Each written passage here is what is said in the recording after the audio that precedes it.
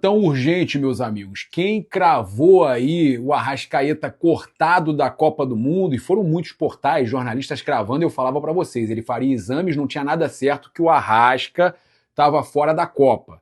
Quem cravou se deu mal, tá? A AUF, né, a Associação Uruguaia de Futebol, se pronunciou sobre a Arrascaeta, confirmando lesão, tá? Mas, olha só, apesar do problema físico, a entidade informou que o Meia seguirá na lista de convocados do Uruguai para a Copa do Mundo, mantendo a expectativa de contar com o jogador durante a competição em uma fase avançada. Ok? Então essa é a notícia, tá? Plantão aí urgente da Copa do Mundo. Arrascaeta segue na Copa do Mundo, não foi cortado. Glória a Deus.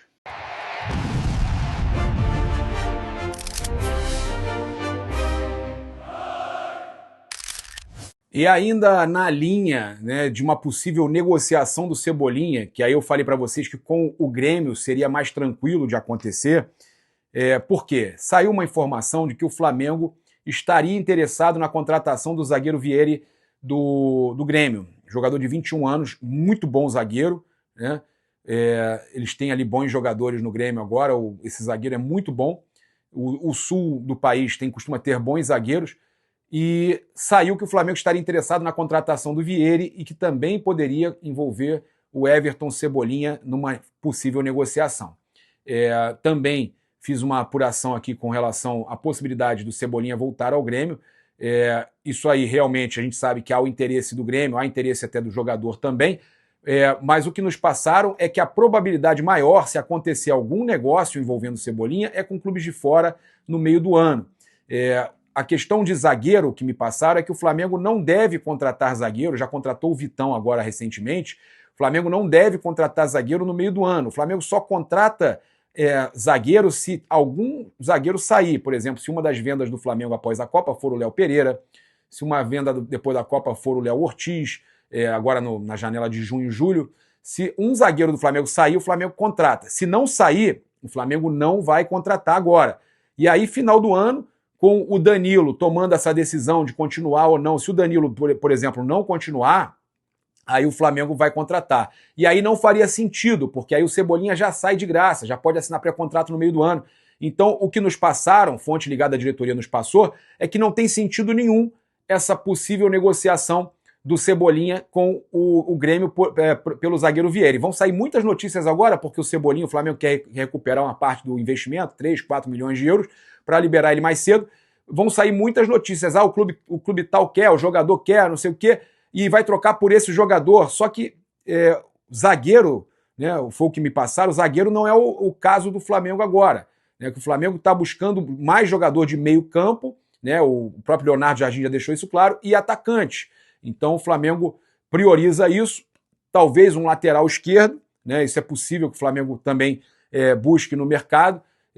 Renovou o Alexandro, talvez eles não contassem inclusive com isso do Alexandro, e agora as prioridades mesmo são meio campo e ataque. Agora, meio campo mais para ofensivo, tá?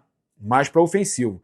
E aí eu trago para você, o meia, né? E aí eu trago para vocês aqui também que essa questão de zagueiro somente lá para o final do ano. E aí não teria sentido mesmo essa troca pelo Cebolinha, porque o Cebolinha no final do ano sai de graça. Então dá para entender que realmente não faz sentido nenhum. A gente teve o jornalista e comentarista Bruno Castanha trazendo em seu canal no YouTube uma informação interessante. Ele costuma trazer informações junto com o Robinho Rubro-Negro, com o Luiz Antônio Rubro-Negro, traz informações interessantes sobre o Flamengo. Eu sempre dou crédito aqui para eles são muito bons também. Eu acho importante a gente ter essas mídias que trazem informações sérias sobre o Flamengo.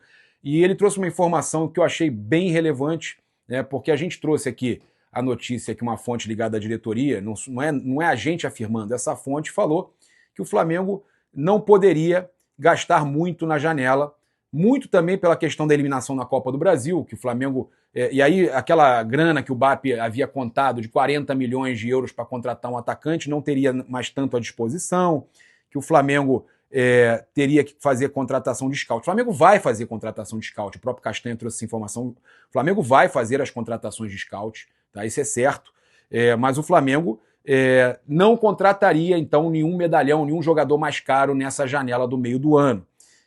Isso é que eles têm falado. E ontem eu trouxe aqui a possibilidade, até torcedores comentando, que o Flamengo está despistando, E o Bruno Castanha trouxe essa informação de que o Flamengo vai fazer uma contratação grande na janela, sim. Né, que o Flamengo não.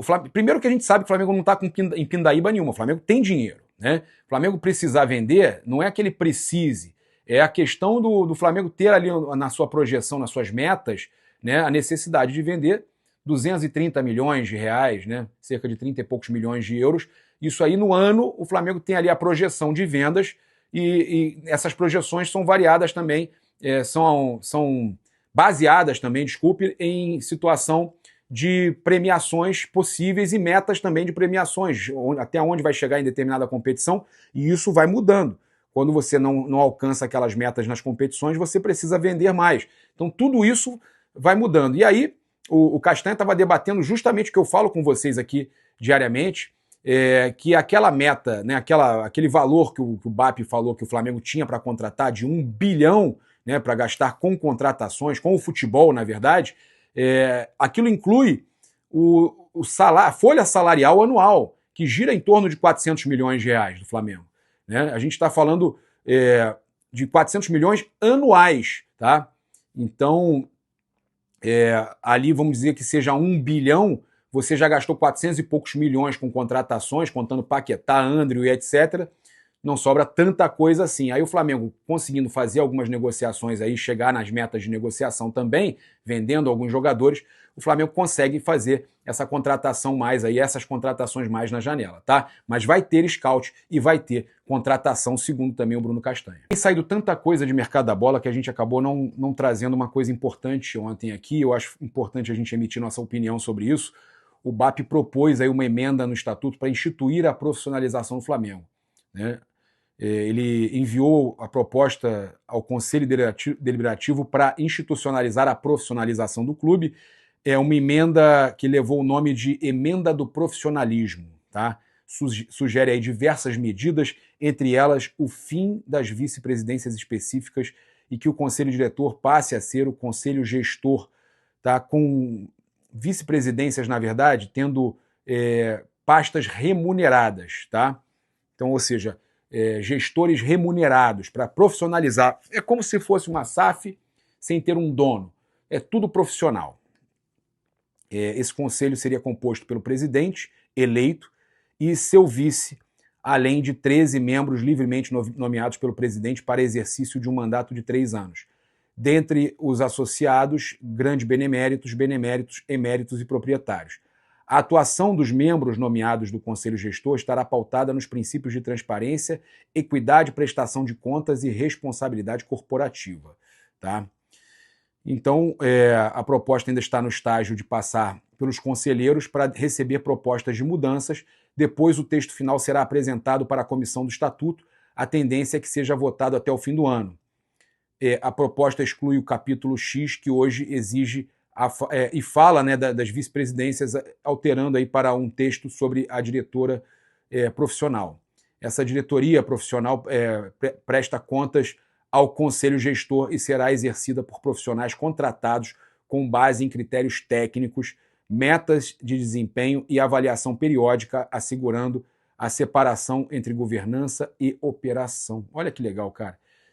Eu acho bacana. Eu sou a favor do profissionalismo sempre. E o BAP falava, isso era parte da campanha dele, um Flamengo mais profissional, né? E eu estou vendo isso acontecer. Isso é real.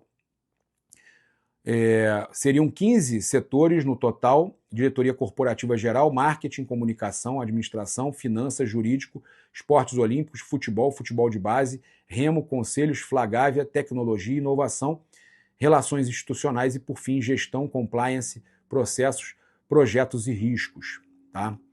Então, todos os setores estão sob supervisão e coordenação do diretor-geral do Flamengo, que responde ao presidente. Tá? As exceções são futebol e futebol de base, subordinadas ao diretor de futebol e ao presidente, jurídico, ao procurador-geral e ao presidente, além do remo, que fica subordinado ao conselho consultivo do remo e ao presidente.